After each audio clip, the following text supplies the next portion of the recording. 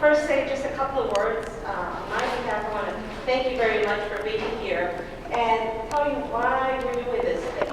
So one of the roles of faculty at this university is to teach, and we love to teach.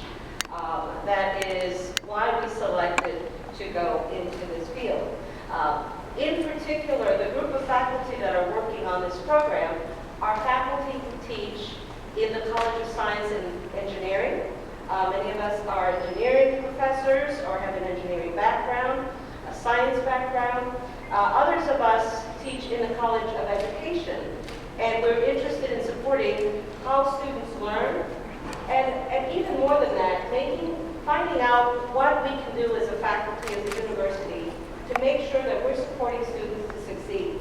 How many of you here are in a career path in science and engineering? Raise your hand.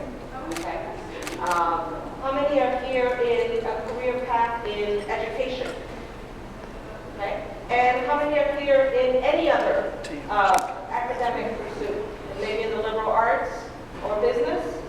Okay. So one of the things that we know is that students that are in the areas of science and engineering in particular face a huge challenge in both the academic rigor of your programs, the demand in how quickly we need you to get through the courses and the kind of course load that you carry, and that sometimes you don't have the opportunity to get to know each other. So our program, what we try to do is we try to offer support services in the academic area. We are the ones that sponsor a new course, a new section in US 1100 that is geared specifically to engineering technology students. We have a visual spatial reasoning program that's run right there by Dr. Novoa out of the College of Engineering. And we also try to do this kind of deal, where we bring you guys together. We struggle with what to call it. You know, we call it I understand. We call it networking. Some people said, call it a party. Whatever it is, let the students know that they can get together, that they need to get to know one another, and that there are great messages that we can share with you. And we're so glad that you're here to share with us today some of these messages. And today we're very, very lucky to have a fantastic speaker for you, and I'd like to introduce her. Allow me to introduce Ms. Olivia Holzhaus. And Olivia earned a Bachelor of Science degree in microbiology from Texas State University. While at Texas State University, Olivia was a 2-year HLSAM scholarship recipient and STEM advisor. A Texas State strutter, an undergraduate researcher conducting microbiological experimentation focused on enhancing the fossilization process. After graduation from Texas State, Olivia started her career at Southwest Research Institute, a global leader in governmental, defense, and technological innovation. Here, she was the Institute's main trace metals analyst and then promoted to scientist responsible for project management within the microbiology lab for anti-terrorist projects.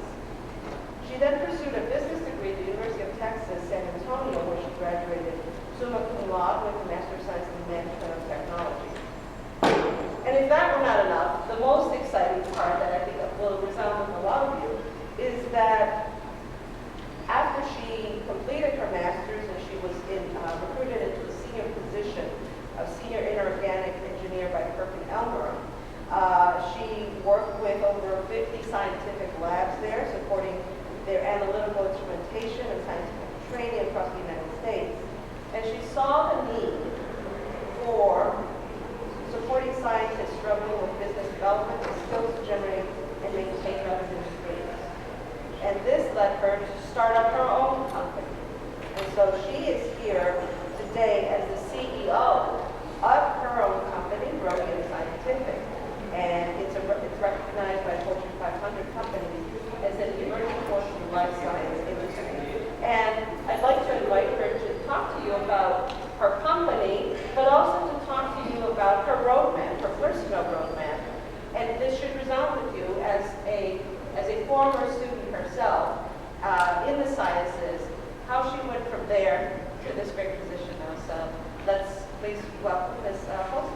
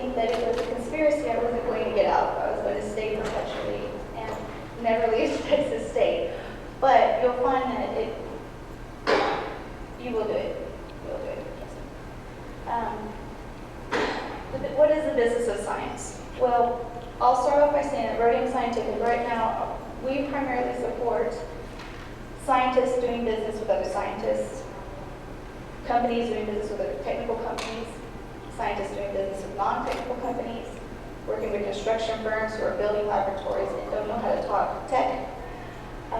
We work with providing resource solutions, outsourcing for equipment, for training, basically all the business components that scientific industry that you're about to go into hasn't typically had to do for themselves.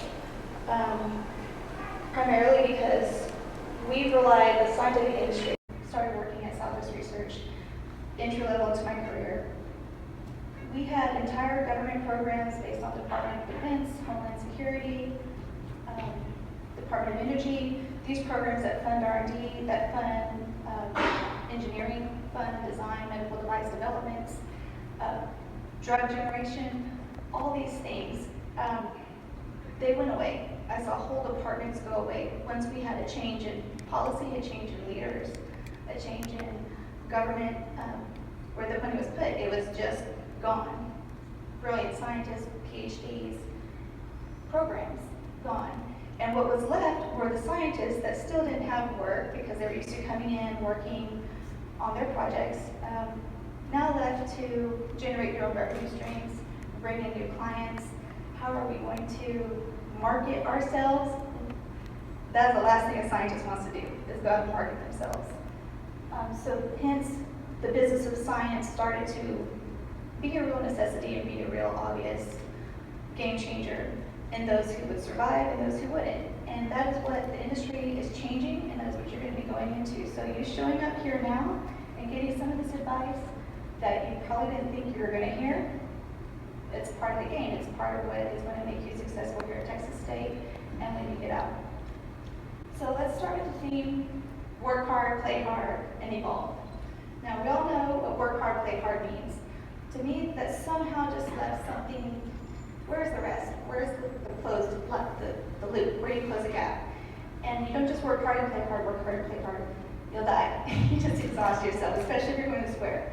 So the point is to evolve and to use the work that you do, the playing that you do, evolve into a better professional, a better person.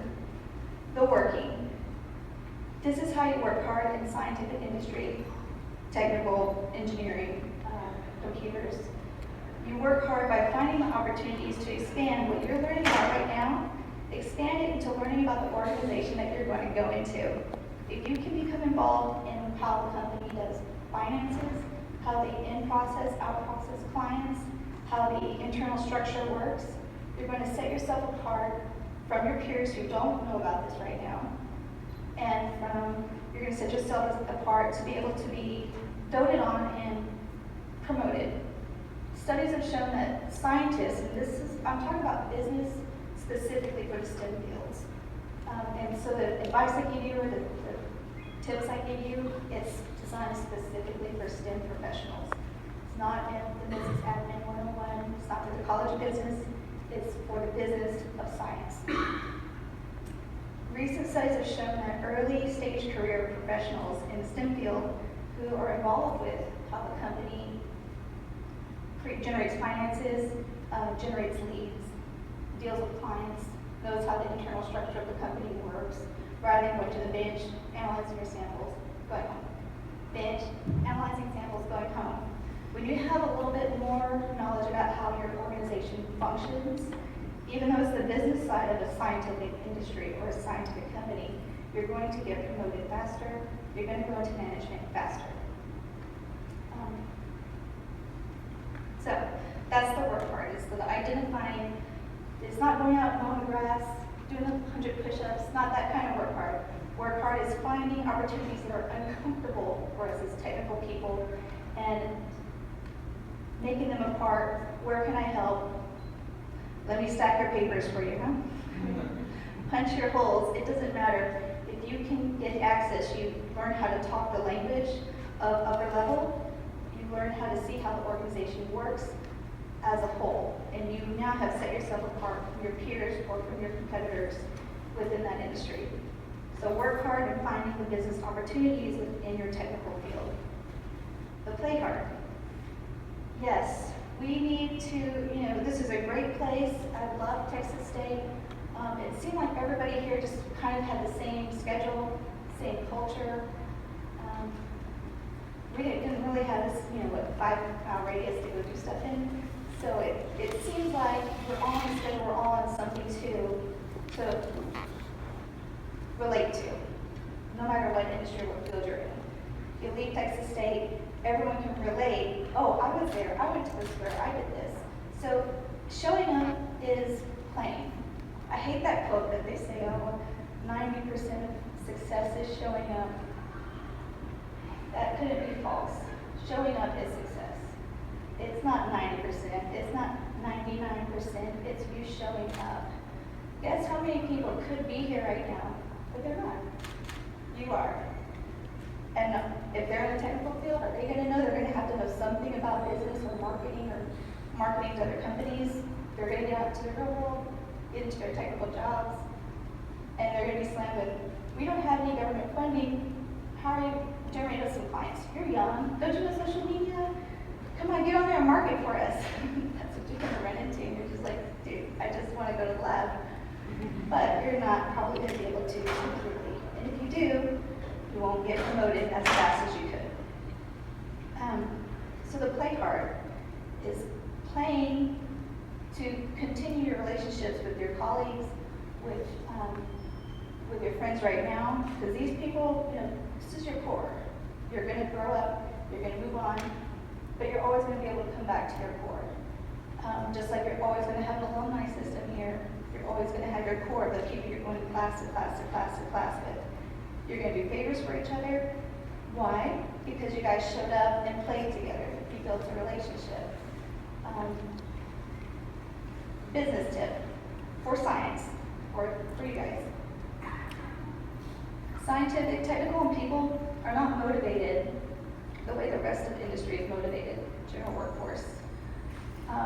General workforce is motivated by money, motivated by, recognition, by management, awards. That's not necessarily true for the STEM fields. Motivation of a scientific or a technical employee is done by accolades and acknowledgement by your peers. That is a driving factor. It's not money. I mean, when you get out, you're going to get maybe a 2 to 3% raise every year, spread out over 52 paychecks, extra $200 a month is not motivating. It's nice at the beginning, but it doesn't sustain. What sustains you is your relationships. You showed up, you play with your colleagues, you're a player in the game. You get accolades, they notice you, you work together, you help each other, your peers give you the kudos.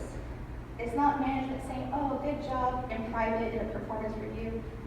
That's good for a little bit, you go home, you celebrate, but it doesn't sustain you on day to day to day to day. So, tip, If you want to motivate people to help you on a project, or to help you succeed, or if you want to succeed, and you're technical, know that the way to talk to them and to motivate them into helping you or helping them succeed is to motivate them by accolades, by acknowledgement. That's money, that's gold in the STEM world. So dish it out, use it a lot. Don't hold it back, don't hold it sparingly. It's kind of our nature to keep all of our tricks and treats to ourselves because we work so hard right now. But if you share, if you promote, if you encourage your colleagues, you showed up to the game, you played, you can now start playing to where they're going to want to recommend you. So that's what I mean by play hard. Show up is success. You're going to take out whatever you take out, you're going to take home whatever you take home, but your relationships are going to push you forward. You have to give someone a reason to recommend you. You can't do that without stepping up and working and finding those unique opportunities within the STEM field, which are the business opportunities. And you can't, if you find opportunities, if you don't have a support system, you're still not going to go anywhere. So they're hand in hand. The evolving is unique. I have this saying that I say to myself, I don't know where I got it. I don't know who said it. I wish I could quote it. But I'm going to steal it. But it's a saying. It says, thoughts become ideas, ideas become words, words become actions, actions become character. Has anyone heard that before? Okay, I'm going to tweet it in case you don't forget, because it's kind of long. And it takes practice saying it over to yourself, because it doesn't really make sense at first, but think about it. If you have a thought about, let's just say you're in school right now, and you're like, well, I'm not really in a company right now. How am I going to find some business opportunities, or how am I going to tweak my business skills to be able to market when I get out of here, to be able to generate revenue when I get out of here? At least you're thinking about it. That's the thought. That's the first part. You're listening to me talk about it, you're maybe kind of thinking about it. So maybe you have a project going on and you have an internship. And your internship is to go and work with a pharmaceutical company or whatnot. Well, go and do that, do the job that you want to do, but also ask to add in a layer of, well, can I help with final reporting? Can you show me what happens if someone sends something in on the internet? What happens to that form? How do you generate the lead? How do you turn it into a real project? If you're here and you have a class project, sure, you might be you're doing your one R&D project or you're doing your one build, but what about taking it to market? What about putting a value on that product if it did get invested in? That's stretching it a little bit farther, maybe include it or not in your project, but at least you know how it's done. At least you know.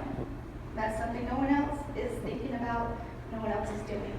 It's taking it to market, taking it, driving innovation is what's going to set you apart, not only as a scientist or a technologist or a programmer, that's going to set you apart and push you into the management innovation role.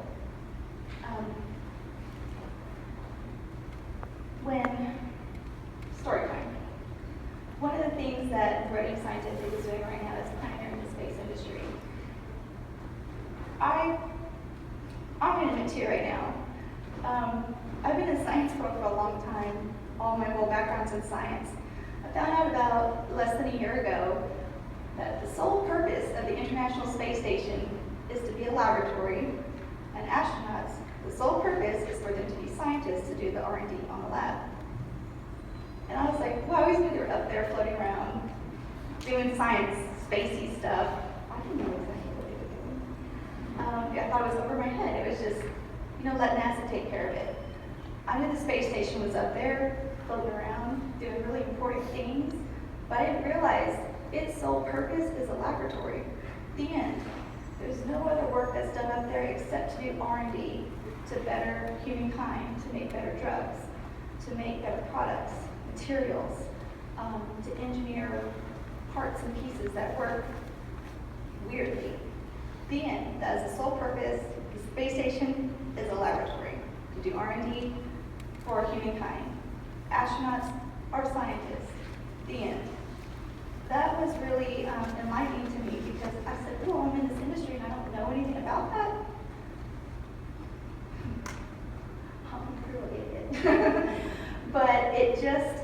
it made me move. It made me start thinking. It put the thought and the idea, well, I've got this thought, this new information that I didn't have before. The idea is, why didn't I know about this before? Why aren't we doing work in microgravity? How do you get to the space station? What does that look like? That was an idea. Well, maybe we could do some business with space. Maybe we can help those doing business who is doing business in space. Besides SpaceX, it was starting to talk about it. Who's doing this stuff? Play and be a player in the game. I was out of my element. I didn't know what I was going to talk about, but I knew being there would give me some kind of insight, some kind of knowledge. Started asking questions because what Rhodium brings to the table, in particular to payload going to the space station. And payload is anything that is projected up by a rocket and docks on the space station. It could be research projects, it could be supplies, it could be hardware, it could be the rocket vehicle itself. Payload is anything that goes up to the space station. So in particular, we were interested in the R&D that's going to the space station. Traditionally, academia is what's sending their projects up. They go up, they come down, and it's a real cool project. But unfortunately, and now with the budget cuts, we can't afford to have cool projects. We need to make use of the space station and make use of what I was put there to begin with to better humankind, to bring down a tangible product that we can all benefit from. That hasn't been happening, and so budget cuts with NASA don't really allow for cool projects anymore. Now we have to get industry involved to put some sort of compliance, because what kind of pharmaceutical company is going to want to pick up a random product that came to and from space? They have no idea chain of custody, what kind of SOP was used to analyze it, how did the astronauts handle it, what about when it went through all the forces of up and down mass, what happened to it then? Did it shake around 100 times? Like, it's a cool project, but it's not tangible R&D or a tangible product that industry can pick up and invest in to make a real pharmaceutical product or a real chemical product. Started thinking of our clients that we have now, that we help with their core capabilities and help them expand into being innovative, generating new clients, thinking of new ways to reinvent themselves. And I'm like, well, one of the cool things about microgravity is you send a microbe and it comes back different. You send a virus and it comes back more deadly. Microbes come back more pathogenic, meaning more readily able to cause disease. They come back sterile. They come back different. That's the thing. Things go to space, they come back different.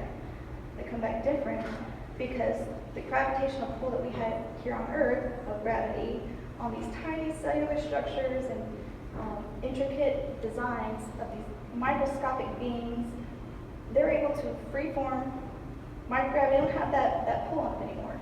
They're able to replicate and maneuver themselves in a pure, free environment. So they come back more potent. Crystalline structures come back rearranged. Drug pharmaceutical formulations come back different. So I'm like, well, we got a lot of pharmaceutical companies that have gone through a lot of trial and error. This wrong, R&D on different compounds, different formulations that were trash. Well, now we want their trash. We don't say, hey, all that stuff you threw away, let's put it, expose it to microgravity. Maybe your trash becomes gold because now it's able to do what it does without any inhibition of gravitational pull on it. I don't know, it's an idea. Started talking about it, and that's where commercial industry is kind of coming into space industry, and the two are joining together. So you talk about it, and it becomes what you start doing naturally. If you talk about going to the gym, and you turn down things because you're going to the gym, you're probably going to go to the gym. When you go to the gym, you see results. It's inevitable. When you talk about it, you're probably going to start doing it. When you start doing it, it becomes who you are. It becomes inevitable. The outcome, the success is inevitable. So the quote is, thoughts become ideas, ideas become words, words become actions, and actions become character. So start here now by planting the seed that you're going to go a little bit outside of your technical world, outside of your core curriculum, whether you've got to listen to NPR or read Harvard Business Review or come here, you're in the perfect spot. Career Services, they can point you in the right direction. I mean, they have the resources. You don't have these resources when you leave. It's up to you yourself and still you. So use it while it's here. You guys have showed up today. You're successful today. I think every time you show up, you're going to get something out of it. Train yourself to glean something. Don't turn down dinners with groups. Don't turn down events like this. Don't turn down the group outing. Go to it. Show up. It means success because it builds your professional colleagues. It builds your professional core. You learn knowledge is power. You always get something from showing up and hearing and listening and talking. Knowledge is always power. And use that to evolve into making that knowledge and that action of showing up part of your character. You talk about it, it will happen. You think about it, you'll talk about it. So here we are. I'm so glad you guys are here. That's what I have to say today. I will tweet this stuff, especially that long quote. But good luck to you, and sincerely, you're in the right place. Beat 'em up.